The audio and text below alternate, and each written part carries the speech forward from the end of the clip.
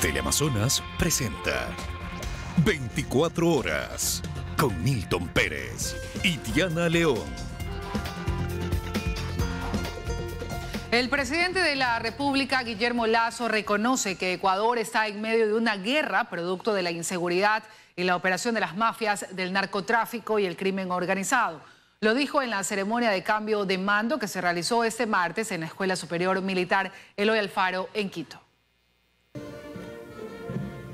Que Ecuador está en guerra por los problemas de inseguridad ya no es parte de la percepción de los ciudadanos, sino una declaración del presidente Guillermo Lasso, quien reconoce que para librarla se debe apoyar en las Fuerzas Armadas.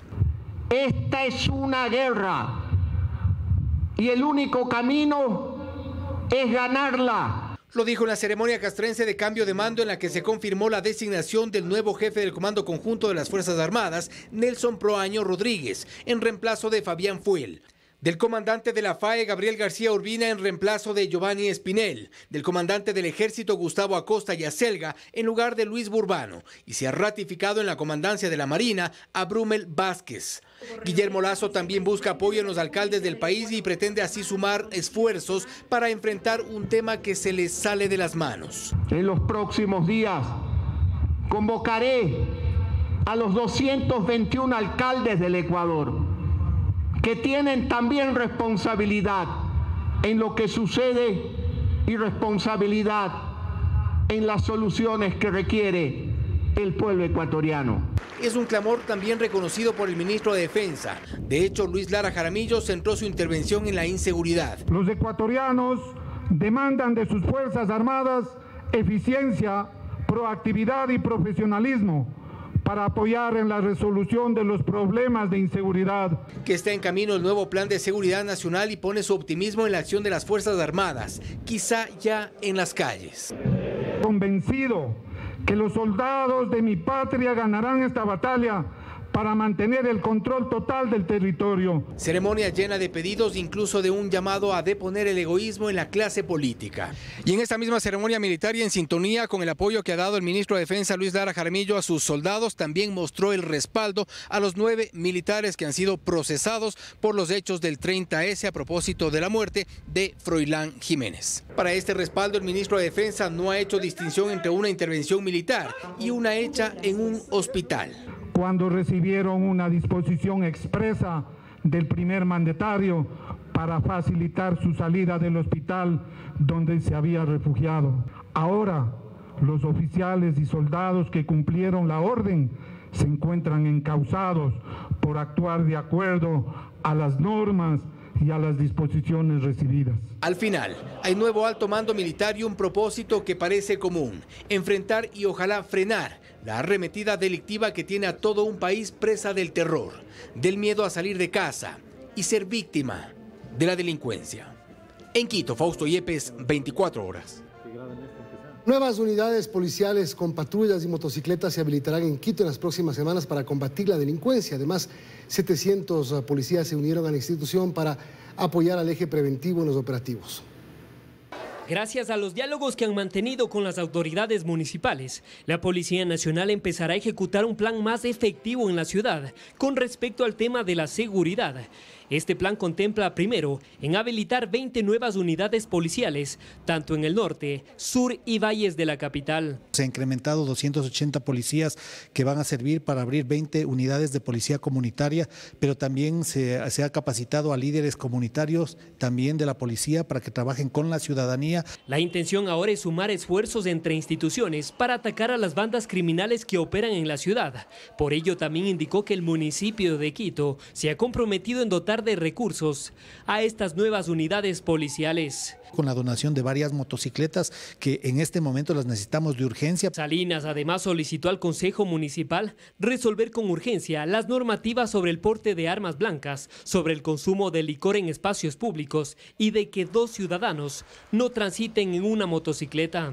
Y por qué no hablar ya de mejor capacidades de identificación de las motocicletas con el uso de chalecos que tengan la numeración y cascos. Sobre los últimos resultados de los operativos en Quito, sostuvo que han logrado desarticular a varias organizaciones delictivas. Organizaciones como la de los choneros, y sobre todo lo que necesitamos es información. No podemos quedarnos callados, tenemos que denunciar. Mientras tanto, en redes sociales, miles de ciudadanos mostraron su indignación con respecto al asesinato de un joven de 16 años de edad que falleció producto de una puñalada en su tórax que le propinó un delincuente en plena avenida 6 de diciembre y Bosmediano. La policía confirmó que el asesino fue capturado horas después y puesto a órdenes de la justicia.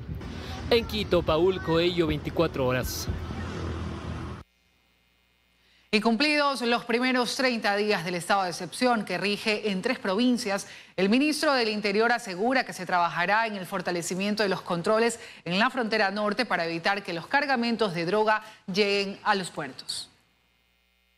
Los resultados no pueden aparecer de la noche a la mañana, pero sí estamos conteniendo. Este primer mes ha sido un mes de contención. Es la evaluación que hace el ministro del Interior, Patricio Carrillo, una vez finalizados los primeros 30 días del estado de excepción que rige en Guayas, Manabí y Esmeraldas. En un intento por frenar el repunte de criminalidad que se registra en estas provincias, el gobierno decretó esta medida a finales de abril. Pero durante este primer mes las manifestaciones de violencia han ido escalando. Ejemplo de ello, la reiterada utilización de coches bomba. No podemos entender nunca cómo reaccionan de manera irracional estas organizaciones. No las vamos a tratar de justificar. A nosotros nos corresponde continuar haciendo. Las alertas de inteligencia existen en la medida, no con detalles, pero existen. Pero resulta contradictorio, admite, que las organizaciones criminales que están detrás de estos hechos sean las mismas que en las cárceles dicen estar dispuestas a formar parte de un proceso de pacificación. Nosotros no creemos en esos mecanismos de pacificación discursivas. Deben ser acciones concretas si efectivamente desean reintegrarse a una sociedad, rehabilitarse y vivir en una democracia. Carrillo asegura que en el segundo mes de estado de excepción se trabajará en un cambio de estrategia para incautar droga en la frontera norte antes que llegue a los puertos. Son 90 toneladas de droga ya decomisadas alrededor de los puertos. Y la fuerza de tarea en Esmeraldas lo que pretende ahora en este siguiente mes es contener la presencia de la droga que circula por todo el territorio nacional. Y destaca la desarticulación de la red encabezada por alias el Patrón Norero, que a decir del ministro sería financista de varias organizaciones criminales. En Guayaquil, Carlos Acoto, 24 horas. 407 expresos escolares han sido asaltados durante sus recorridos en todo el país. El gremio asegura que se sienten desprotegidos ante el nivel de inseguridad que atravesamos. Un estudiante de 14 años recibió un disparo en su pierna derecha cuando se encontraba en su expreso escolar. Un ladrón se subió a la unidad a robar. Luego de desvalijar a los cerca de 10 adolescentes, entre hombres y mujeres, disparó por 2 ocasiones. Cuando el menor se opuso al atraco, un proyectil alcanzó a la víctima. El hecho ocurrió en el suburbio de Guayaquil, cuando el conductor esperaba a otros alumnos durante su recorrido. Enseguida dijeron, denme los celulares enseguida. Como que se asustaron, pero ni así dispararon. ¿Ahora le da miedo a usted trabajar? Claro, nosotros antes éramos seguros, ahora ya son hasta los expresos le están dando. Actualmente en Ecuador se han reactivado 15.300 transportistas que brindan servicios institucionales a planteles educativos. De esos, en Guayaquil suman alrededor de 3.200 choferes, además de buscar mejorar su situación económica golpeada por 2 años inestables a causa de la pandemia de COVID-19. En medio de la reanudación de las actividades escolares con 100% de presencialidad, el gremio debe enfrentarse ahora a los problemas de seguridad que aquejan al país. En el transporte institucional hemos tenido más de 407 eventos. A nivel nacional, 407 expresos escolares han sido asaltados bajo la misma modalidad. Sujetos armados que se han subido a los transportes han apuntado a los menores para desvalijarlos y en ocasiones han disparado. Pero 2 de gran magnitud. Uno de ellos, un compañero, tiene una bala casi cerca al pulmón y que prácticamente ha quedado inhabilitado para poder conducir. Huamán menciona que han mantenido reuniones con las autoridades locales y representantes del Ministerio de Educación para que les puedan brindar seguridad. Mediante reuniones les prometieron la aplicación del botón de pánico, pero ese proyecto no se ha cristalizado. Paul Tutibén, 24 horas. Fueron detenidas por la Policía Nacional 4 personas sospechosas de detonar y robar un cajero automático ubicado en una gasolinera. El hecho ocurrió esta madrugada al norte de Cuenca, provincia de Azuay. Para poder huir sin ser perseguidos, los delincuentes cortaron un árbol que cayó sobre los 2 carriles de la vía rápida Cuenca-Azogues. Los agentes allanaron varios inmuebles donde encontraron vehículos que estaban reportados como robados, restos del cajero y dinero en efectivo. La depuración urgente y un cambio de perspectiva que responda a la crisis de seguridad que vive el país es lo que se necesita en Fuerzas Armadas, según 2 entendidos en el tema. Los casos en los que la imagen de la institución quedó en entredicho aumentaron en los últimos años. Septiembre de 2021, un miembro de la Fuerza Aérea Ecuatoriana fue detenido en los exteriores de la cárcel de Cotopaxi cuando intentaba ingresar armas y drogas. Enero de 2022, 3 militares fueron detenidos en la provincia de Los Ríos con armamento, municiones y granadas. Mayo de este año, un militar en servicio activo de la Armada fue detenido en Durán tras enfrentarse a la policía. Ahora se conoce que era parte de una banda de sicarios. Y así los casos van sumando. Vemos que hay algunos elementos que obligan a que estas instituciones tengan que iniciar un proceso de autodepuración. Los tentáculos del crimen organizado se infiltraron ya en las instituciones y se necesita una reestructuración total para combatirlo, aunque ahora el mensaje parece ser otro. Hoy vemos claramente que las funciones se están autoeliminando, que una función se elimina o busca eliminar al presidente de esa función como tal. La otra función le suspende por 90 días al presidente de esa función. Entonces el Estado debe fortalecerse primero integrando las funciones y las funciones del Estado trabajando en contra de este mal que es la inseguridad provocada por el crimen internacional organizado. Un cambio así necesita de firmeza y liderazgo. Tiene que ser liderado desde el Ejecutivo. Caso contrario, nosotros podemos presumir que hay un grado de complicidad debido a la indiferencia que han presentado. Podría, digo yo, en un momento determinado, crearse o sustituirse tanto el Ministerio del Interior cuanto el Ministerio de Defensa por un Ministerio de las Fuerzas de Seguridad del Estado o de Seguridad del Estado, de tal manera que se coordine la acción de Fuerzas Armadas y Policía Nacional. Pero se trata de comprender y reconocer que el enemigo no solo está en las fronteras, está también en las calles. Joana Ramos, 24 horas.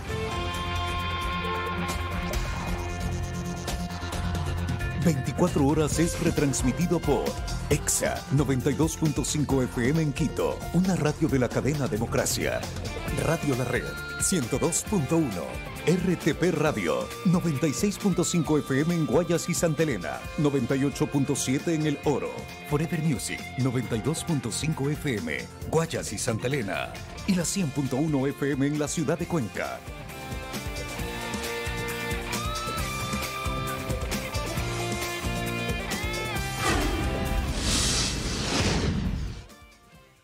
La Asamblea Nacional a esta hora trata el informe de la comisión ad hoc que recomienda la destitución de la presidenta de la Asamblea, Guadalupe Llori. La legislatura decidió tratar el tema pese a la vigencia de medidas cautelares que disponían no conocer dicho informe. Karen Aro está en la Asamblea Nacional y nos va a ampliar todos los detalles. Karen. Hubiera ceñido únicamente a los temas que nos comprometimos en campaña. Hola Diana, amigos televidentes, buenas noches. Cuando son las 20 horas con 20 minutos, ustedes deben conocer que a esta hora todavía en el Pleno de la Asamblea Nacional se trata el informe que emitió la Comisión ad hoc que recomendó la destitución de la presidenta de la Asamblea Nacional, Guadalupe Llori. A esta hora y luego de más o menos 2 horas que se pudo conocer todos los detalles de este informe que fue leído aquí ante el Pleno por el secretario de la legislatura, interviene el asambleísta Esteban Torres, quien presenta todos los argumentos de cuáles fueron las decisiones que se tomaron en esta comisión y también cuáles fueron los argumentos para presentar esta denuncia en contra de la titular de la legislatura. Pero ¿cómo se llegó a este punto luego de que este pleno estaba convocado para continuar una sesión y no precisamente se trata de una nueva convocatoria? El asambleísta del Partido Social Cristiano, Jorge Avedravo, presentó una moción en la cual pidió que se incorpore y que se trate este informe emitido por la comisión ad hoc y esto fue aprobado con 82 votos a favor. Y es justamente lo que sucede a esta hora en la legislatura ante la ausencia de la presidenta Guadalupe Llori. Escuchemos cómo se dio y en qué este marco esta moción. Adelante. A esta asamblea la quieren tener de rodillas y nosotros no podemos quedarnos así. No podemos esperar que lo sigan haciendo como lo hacen a través de medidas cautelares, las cuales han presentado y vamos viendo cómo han sido aceptadas. Es por ello señor presidente, compañeros asambleístas, que hoy mocionamos para conocer y resolver el informe de la Comisión Multipartidista, que por ley lo tenemos que hacer. El tratamiento de este informe de la Comisión ad hoc se da pese a que están en vigencias unas medidas cautelares dictadas por un juez de una unidad judicial de Quitumbe. Reiterarles nada más que se trata a esta hora en el Pleno de la Asamblea Nacional el informe que recomienda la destitución del cargo de la presidenta de Guadalupe Llori. Más adelante nosotros les contaremos el desenlace de esta sesión. Milton, continúas tú con más en estudios. Que tengan una buena noche. Buenas noches, Karen. Sí, el desenlace de esta sesión y de la situación de Guadalupe Llori podría ocurrir esta misma noche. Hablamos de otra crisis, la judicial. Para constitucionalistas del Consejo de la Judicatura está creando inestabilidad jurídica y abusando del derecho a continuar con la suspensión del presidente de la Corte Nacional de Justicia. Coinciden en decir que detrás de todo hay claros intereses políticos. Esta vez parece que no hay criterios divididos entre ellos. Como en unísono, constitucionalistas cuestionan la forma en la que se suspendió al presidente de la Corte Nacional de Justicia, pese a que precisamente la justicia, tras el fallo de este lunes, determinó que no se han vulnerado sus derechos. Expertos en esta materia discrepan. Muy difícil explicar, mucho menos aún justificar lo que está aconteciendo. Lo habíamos vivido en el régimen de Rafael Correa cuando se separa a dos jueces de la Sala Tributaria de la Corte Nacional. Pensamos que la cosa iba a quedar ahí. Esta no es una cuestión normal, es una cuestión además que generalmente es condenada por el sistema interamericano de derechos humanos. Usted me pregunta si está bien fundamentado, yo me atrevo a decirle no. De hecho, transgrede jurisprudencia de la Corte Constitucional. Esto crea un precedente de inestabilidad, dice Ollarte. Pero el Consejo de la Judicatura se fija en estas peleas porque el señor Murillo quiere seguir siendo presidente, no es sino presidente definitivo del Consejo de la Judicatura. No sé para qué. Miremos lo que pasaba ya con el Consejo de la Judicatura de YALC. Usted ha visto que ahora estamos haciendo cosas que son más complejas de lo que sucedía antes, más problemáticas. Bueno, entonces, ¿qué pasará luego, no? Pero ¿quién es el denunciante que ocasionó la suspensión de Saquicela y que pide ahora dejar sin efecto el desistimiento de su denuncia? Se trata de Alex Aníbal Guamán Tumipamba. Es un joven abogado que trabajó como asesor 1 en el Ministerio del Interior durante la administración de José Serrano y que actualmente aparece como gerente de una empresa que está en disolución. Guamán jamás ha pagado impuestos o al menos no registra el pago. Hemos intentado contactarnos con él, pero no contesta las llamadas. Su teléfono ahora suena como apagado. El día de mañana cualquier persona puede venir, presentar una denuncia mal hecha, mal fundamentada y puede lograr este tipo de decisiones que son bastante complejas, como el hecho de suspender al presidente de la función judicial, ¿no? Ollarte dice algo más. Para él, las motivaciones de la denuncia al cuestionar un supuesto retraso en el pedido de extradición del expresidente Correa van a generarnos otros problemas. Sin duda el prófugo Rafael Correa lo va a utilizar y lo va a utilizar argumentando que en el Ecuador se presiona para que su extradición se realice aceleradamente. Si el día de mañana nos llega la extradición, entre otras razones, por esto, ya sabemos. Desde la Judicatura dicen que no hay ningún tipo de interés político en el cargo de Saquicela. Nosotros no hemos actuado fuera de la ley. La Constitución, la ley y la sentencia dictada por la Corte Constitucional nos faculta. A Saquicela le queda una alternativa para detener su suspensión. La Corte Provincial analizará su apelación. Además, la Corte Nacional de Justicia deberá determinar si definitivamente incurrió en manifiesta negligencia. Y esto podría conllevar incluso su destitución o regresar a su cargo. A la par, debe responder por la denuncia penal que existe en su contra por supuestamente presionar a Guamán para retirar su denuncia. Así las cosas en la pugna de poderes del sistema judicial. Dayana Monroy, 24 horas.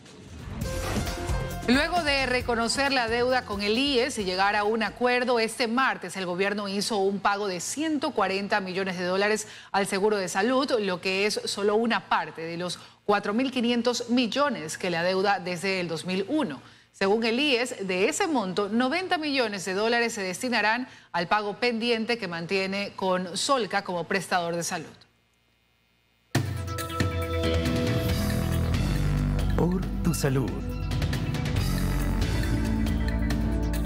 Hola amigos, muy buenas noches, bienvenidos nuevamente a su segmento Por tu Salud. Soy el doctor Esteban Ortiz y hoy les vengo a hablar, pero también a pedirles de favor que se vacunen con las dosis de refuerzo. El porcentaje de cobertura de estas dosis, es decir, de las dosis de refuerzo, están por debajo del 40% a nivel nacional, nada deseable en una pandemia. Vean ustedes que, según los datos oficiales, pues algo más del 36% de la población ecuatoriana ha completado los esquemas de vacunación más los refuerzos. Es decir, tenemos cobertura muy buena del esquema inicial, pero ya los refuerzos nos hemos quedado un poco detrás. Vean ustedes que hemos venido hablando de los repuntes de los casos de la COVID-19 a nivel nacional y claro, esto puede tener múltiples causas, pero entre ellas el relajamiento de las medidas de bioseguridad, pues que la población, a pesar de que todavía sigue usando la mascarilla, por ahí se está olvidando de que tiene que quedarse en la casa cuando tiene síntomas, pero también puede ser por falta de la vacuna de refuerzo. Vean ustedes que aquellas personas que creen que la pandemia se ha terminado, que tuve ya mis 2 dosis de vacuna y que ahora ya no lo necesito, están en lo equivocado, porque estamos viendo que hay un repunte de casos. Si bien nada que ver con lo que hemos vivido en meses anteriores de la pandemia, pues este repunte de casos es preocupante, porque acuérdense ustedes que las nuevas variantes de Omicron ya no respetan tanto la memoria inmunológica, porque el virus cambia muchísimo y tenemos que estar preparados para reducir la gravedad si es que nos llegara a dar COVID-19. Vean ustedes que durante estos 2 años y medio pues nos hemos portado muy bien, hemos hecho caso a todas las recomendaciones del gobierno, pero el mensaje ahora parecería ser que la pandemia se ha acabado, que la endemia ya llegó y pues nos olvidamos de los refuerzos de la vacuna. Los refuerzos de las vacunas son fundamentales. La segunda dosis no está completa si usted no se pone la tercera dosis y después de esto inclusive la cuarta dosis para personas que pueden ser susceptibles. Ya está clarísima la evidencia científica que nosotros leemos que demuestra que la cuarta dosis de refuerzo disminuye aún más la probabilidad de que nosotros nos compliquemos de llegarnos a dar COVID-19. Si bien la COVID-19 parecería ser que cada vez es más leve, esto no es porque usted se ha hecho más fuerte o porque el virus se ha hecho más débil, sino porque las vacunas nos protegen. Pero estamos viendo que las dosis de refuerzo todavía no están al nivel que deberíamos tenerlo, y la ciudadanía es responsable de esto de aquí. Si usted conoce a alguien que no se ha puesto la dosis de refuerzo, ya sea la número 3 o la número 4, que esté esperando para irse a vacunar, la vacuna es gratuita y segura. Nos vemos en el siguiente segmento de Por tu Salud. Por tu Salud.